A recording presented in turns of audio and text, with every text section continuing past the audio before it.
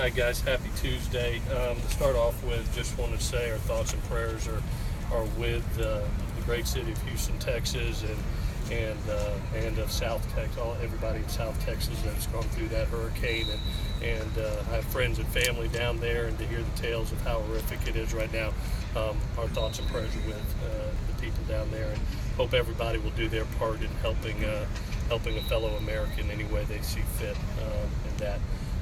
Really good practice today, by far one of our best of the entire camp, and we need it. In studying this Western Michigan team, they have kind of the three phases that you really hate seeing as a opposing coach. It starts with their defense, to be able to have that core back and to see the guys that they've got coming back. Is scary. Tremendous linebacking core, really strong secondary, and a team that held everybody to about 19.5 points last year. The second thing they got is a tremendous running game, and we all know that we all know the two with Bogan and Franklin, but then to have Bellamy back also coming off an ACL and what he can bring to the table, they've really got a three-headed monster working right now.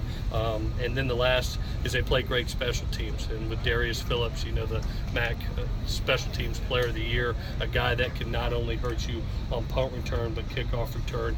They have everything you need to go on an away game. Pack your run game, pack your defense, and pack great special teams. This is a very dangerous team, and we'll have to be able to play our best to compete with them. It's also going to be a lot of fun for me because it's really a reality check for us to see where we are and to see where 24 newcomers are and to see some guys that we redshirted and see how they've developed.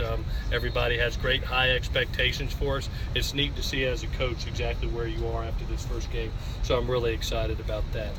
Injury-wise, it was great to have Vianney back. He looked really good today.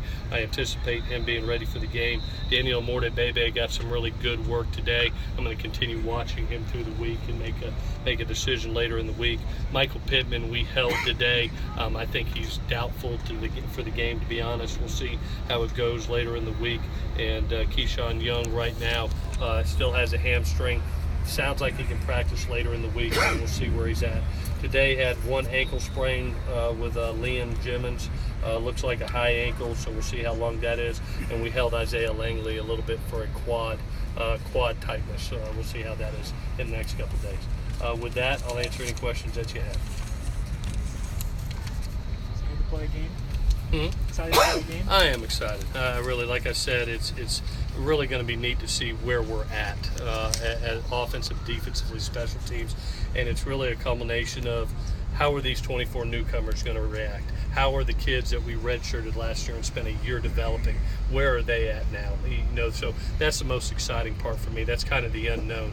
I kind of know what a Cam Smith and a Uchenna and a Porter. You've seen those guys play so much football, so you know what you're getting. But I'm really excited to see the young people and how they can help this football team. Their offensive coordinator comes from Indiana, where they were ran second fastest running their offense. Do you think they'll come in and go tempo and run with you, and would you be happy if that happens? Yeah, that's one of the things that we've noticed on tape is they do use tempo and they can go fast, whether it's one-word calls or whether they run the same play twice, what we call mulligan. They run the same play as fast as they can. And tempo is part of our league, and it's something we're used to. Thank goodness. It's about half the teams in our league are no-huddle tempo teams. So we always are prepared for it. It helps us being a no-huddle. Probably not as fast as Indiana was last year, but our defense sees it on a daily basis. So I think that gives us a little bit of a leg up. They won't be surprised. Clay, how have you prepared differently for this season opener comparatively to last year against Alabama? Of course, Western Michigan's not the same opponent, but it did come off an undefeated regular season last year.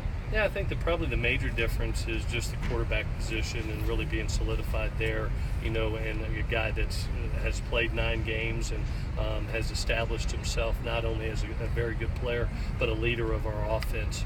And to have that reassurance going into game 1 is makes me confident. The other thing is to be able to see our offensive line come together like they have, to be able to have Vianney healthy, Toa healthy, Nico healthy. That's been a long time since that's happened. And to have those three kind of rocks there of stability makes you feel really good also. So I think those are kind of the two positions that are giving me the most confidence, I know, offensively. Defensively, it's just having all that experience back. I look, even today, I was looking to see how many plays and games those guys have played, and now second year in the system, that's something that makes you sleep at night also. So a lot more comfortable than than starting off last year, just because of the unknown. There's a lot more answers that we have going into this year.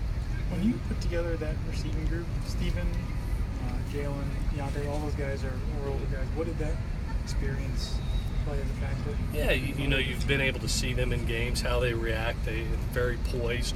But the other thing is to be able to have that youth right behind them. We're going to be hopefully an 80 play plus offense, and we plan on splitting those reps. So we'll start with the experience of guys that have played in games and that we've seen, and allow these guys that have redshirted and are literally walking into this stadium for the first time to play, to see how they react. And we'll always put the best player out there and who can perform and produce the best. But to start off the game, we're going to go with experience, and then we will use that youth in this game as well as all games. How much of that rotation at receiver is predetermined versus deciding on who's playing the best? Yeah, a lot of it is they control themselves based on, in a no-huddle offense, you're always keeping an eye on your teammate. So they have a buddy. They watch their buddy. If he raises his hand, they go, and we don't even substitute. Now, there are particular situations and plays that team may call a certain individual into the game, and we were able to be able to communicate that substitution by a personnel grouping along with that player's number to be able to get him in the game for a certain situation. So you have it twofold. One, in no huddle and going fast, they handle it themselves, but in certain special, whether it's red zone, whether it's down and distance, third down situations, there are particular men that will go in with a particular skill set to help us move the chains. How are they coached on when to call for a buddy? Because it seems like you could theoretically have a guy who doesn't want to come off the field. No, they do it unselfishly. And if you've watched us, we've been doing no huddle for the past 6 years, and they've handled it themselves. You go as long as you can. Usually that's 3, 4, 5 hard plays, and then your teammate goes in with you. And if you look up and you got a 10, 12, 14 play drive, you're going to see your buddy come in and come in and help. So we rely on that. We love to kind of be basketball on grass, to be able to sub in and out when needed. We trust our players, that next group up, to go in and produce, and it's been a very strong part of our offense to be able to do that instead of having a person that may be winded in there. What's your confidence level in the running game this year versus the past years you've been here? One, just a stable of backs provides me a lot of confidence. To have a Rojo and a Sed who bring a lot of experience going into their third year, but now to add a Vi and a Stephen Carr, you look at, and they all have different skill sets, which is really neat. So to be able to put them in to do different plays, different situations, and just to know you have that depth, that if one guy gets down or dinged, your lack of production is not going to go down because they're all so talented. So the older two, very confident in as every down backs, and Vi and Steven are learning really fast, and you'll see them also. So I look forward to watching them Saturday. They're a strong group. Have you decided? Go ahead, Adam. Have you decided one way or the other whether you're going to use both true freshman receivers yet? Talking to T, we're going to go through this week. I think, Jody is a little bit further ahead probably of Randall right now. Randall's really catching up playbook-wise, but, missed a little bit of camp, and he's catching on to the playbook. But Joseph looks strong, and I think you'll see him out there. I wouldn't be surprised if T doesn't put Randall out there, too. He's working him hard to try to get him prepared. Coach, what do you have to do with the young kids, obviously, not to read into the hype and buy into where you guys are right now, or the preseason rankings going into a first weekend game? Yeah, I think last year, and I love to show the lessons of history, and to be able to try to learn from those lessons. And one of the things that we learned from last year, hopefully, is every game matters. As successful as we were at the end of the season, everybody was patting us on the back saying, oh, you're a great team, maybe you're a playoff team. The fact of the matter is we were a 3-loss team, and your September is just as valuable as your October and November. We've been really, really strong down the stretch. Now we have to start fast, and it starts with Western Michigan, a team that had 13 wins last year. The one thing I've learned after 23 years of college football is now in today's game, if you don't bring your A game, you're going to get your butt beat. And so the mentality-wise is like I've told them, every game is a playoff game. Every game means a championship for us. And hopefully, as I saw today, I was really looking forward to today's practice to see their approach to it, and by far their best practice at training camp. So I like where they're at now. One more. He's got a couple of guys ahead of him right now. Jalen Green's switches from quarterback to receiver, back to quarterback for a quick second for the Rose Bowl, and then receiver. How much of that was instigated by him, and how much was the coach's thing?